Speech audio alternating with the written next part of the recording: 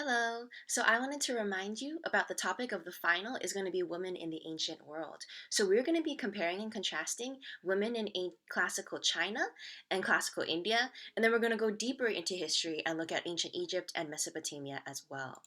So some of you might be wondering why study this topic? Like women are doing fine, women are doing way better than they used to be, centuries ago. Why do we need to study the people of the ancient past?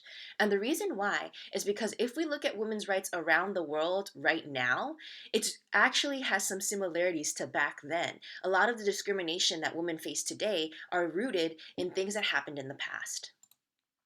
So, women around the world are still fighting to be seen as equal to men.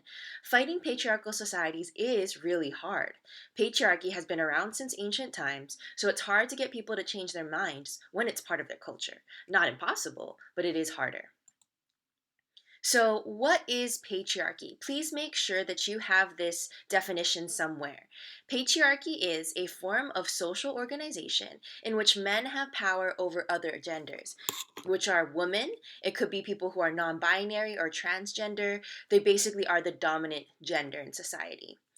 Patriarchal societies give men more power in many ways. It could be economically, which is financially, politically, which is in seats of power in the government, socially, in social spaces, and culturally, who are the heroes in the movies and who has more speaking roles, spiritually, who is the highest church official. Like if you think about the Pope or the Dalai Lama, both of those always are men. And then in the home, domestically, we see oftentimes that fathers are given more respect and power than mothers. Not all the time, but sometimes. And patriarchal societies lead to sexism, which is discrimination based on gender, especially against women. So I like provide this example of this tennis player, clearly who has had many accomplishments, but all the media is focusing on is what do you think of your outfit?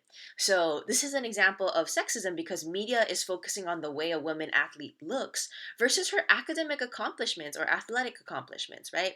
Women athletes also get less pay and respect than athletes that are men. Think about like WNBA and like, other things like that, or women's soccer and how they don't get paid as much. And like people don't watch them as much, even though like, or talk about them as much, even though they're very, very impressive people.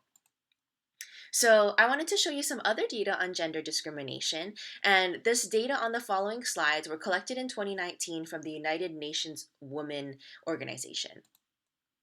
So, what I want you to do is I want you to look at all four statistics. Please read them carefully. And then, out of all of these statistics, which data surprised you most and why?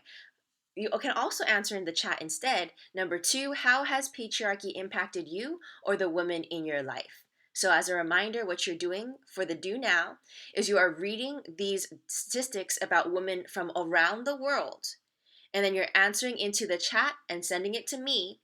Out of all of these statistics, which data surprised you the most and why? And if you have time, how has patriarchy impacted you or the woman in your life? So please answer those questions after looking at the data and be ready to share.